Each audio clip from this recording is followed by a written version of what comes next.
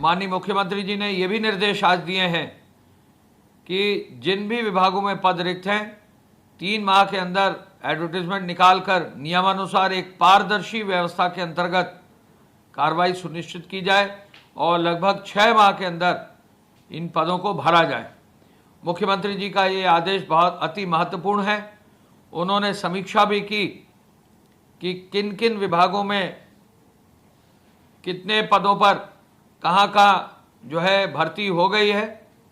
उन्होंने इस बात पर संतोष व्यक्त किया कि जो अभी पीसीएस मेंस की परीक्षा में अभ्यर्थी आए हैं, स्वयं ही उनसे गोरखपुर में 3 जो है सफल अभ्यर्थी मिले और उन 3 सफल अभ्यर्थियों ने मुख्यमंत्री जी से कल गोरखपुर में मिलकर इस बात पर संतोष व्यक्त किया कि पीसीएस की जो परीक्षा पब्लिक सर्विस कमीशन ने इस बार आयोजित की है वो इतनी पारदर्शी महत्वपूर्ण है कि गांव का एक गरीब होनहार छात्र को नौकरी मिली है और इसका वो आभार व्यक्त करने 3 लड़के कल माननीय मुख्यमंत्री जी से गोरखपुर में मिले।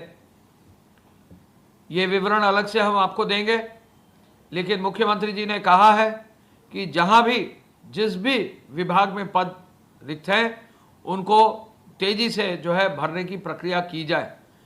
पुलिस विभाग में सबसे ज़्यादा भर्तियां हुई हैं, शिक्षा विभाग में भर्तियां हुई हैं, बेसिक शिक्षा में हुई हैं, माध्यमिक में हुई है, उच्च शिक्षा में हुई हैं, प्राविधिक शिक्षा में हुई हैं।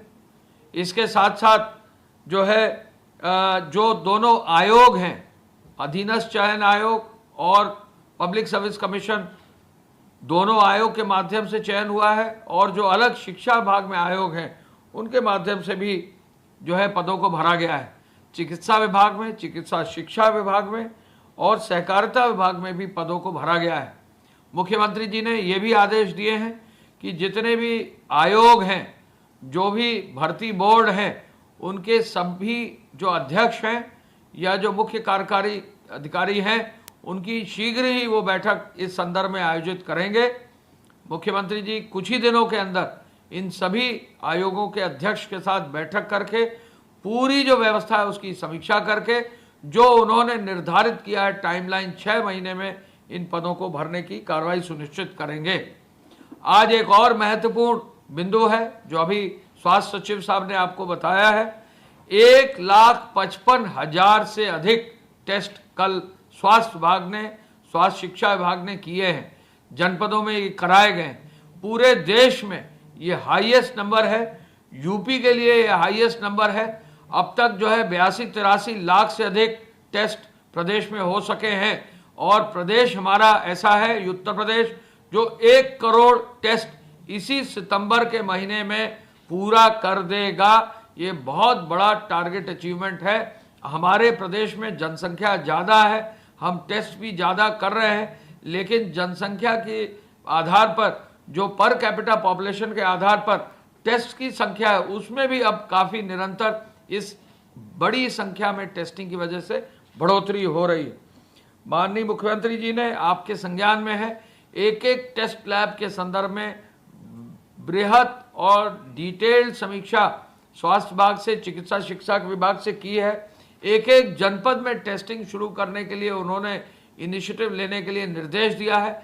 एक एक जनपद में जहां भी धनराशि की आवश्यकता थी, सीएम केयर फंड से, जो माननीय मुख्यमंत्री जी का कोष है, उससे, स्वास्थ्य विभाग के माध्यम से और अन्य स्रोतों से वहां धनराशि उपलब्ध कराने के निर्देश दिए हैं। तो निश्चय ही ये एक फेदर इन द कैप है कि 1,55,000 टेस्ट कल प्रदेश में हुए हैं।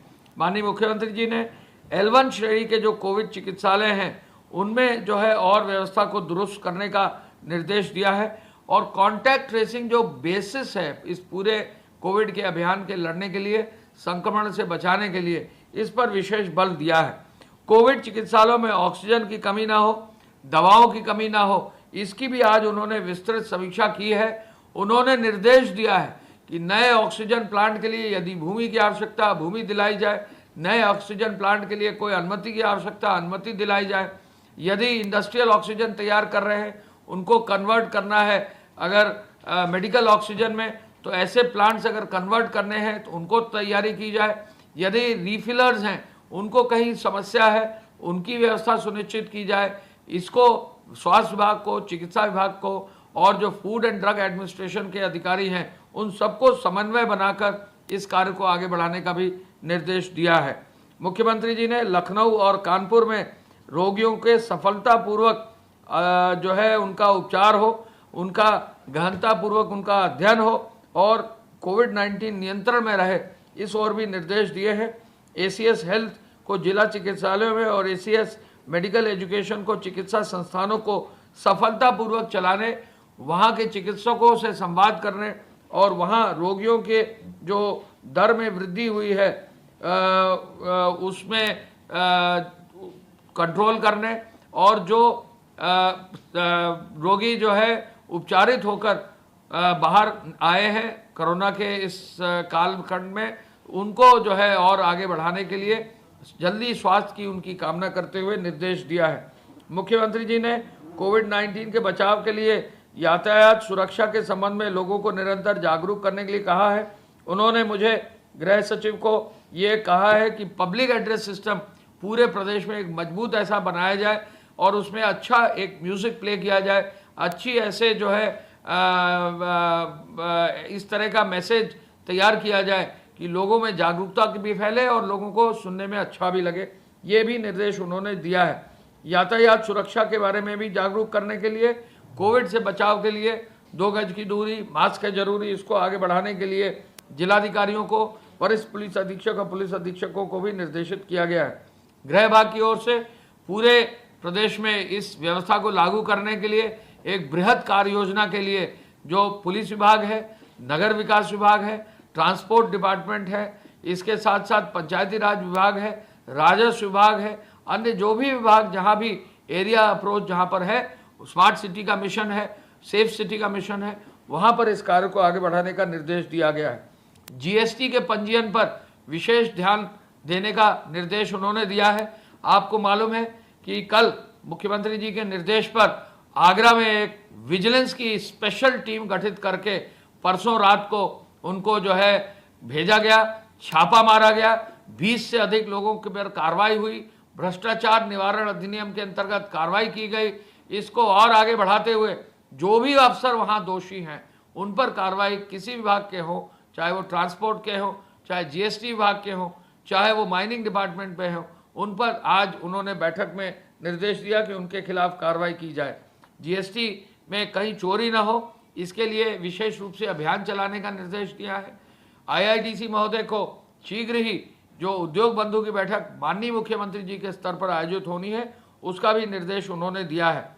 आगे आने वाले पर्वों को दृष्टिगत रखते हुए सतर्कता और सावधानी बरतने का निर्देश दिया है। सोशल डिस्टेंसिंग कैसे होगी, इसकी एक पूरी कार्य योजना बनाने का भी निर्देश उन्होंने दिया है।